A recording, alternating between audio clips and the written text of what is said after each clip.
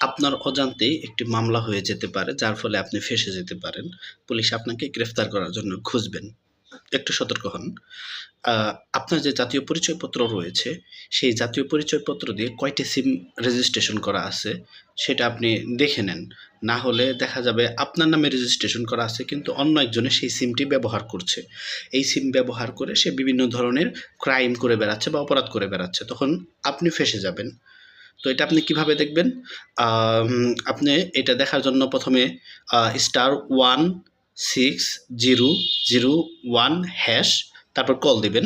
Call দেওয়ার পর আপনার জাতীয় পরিচয়পত্রের শেষের ৪ টা সংখ্যা দিবেন। তাহলে আপনি দেখতে পারবেন আপনার জাতীয় পরিচয়পত্র দিয়ে কয়টা সিম রেজিস্ট্রেশন করা আছে। যেই সিমগুলো আপনার আয়ত্তে আছে সেগুলো তো আছেই, এবং এর বাইরের যে সকল সিমগুলো রয়েছে সেগুলো আপনার নিকটস্থ কাস্টমার সার্ভিস কেয়ারে গিয়ে আপনি ওইগুলো বন্ধ করে দিবেন। না হলে সেই সিম ব্যবহার করে যদি কোনো অপরাধ করে, তখন ট্র্যাকিং করলে কিন্তু আপনার সব তথ্য আসবে। পুলিশ তখন আপনাকে গ্রেফতার করার জন্য খুঁজবে। ধন্যবাদ। আসসালামু আলাইকুম।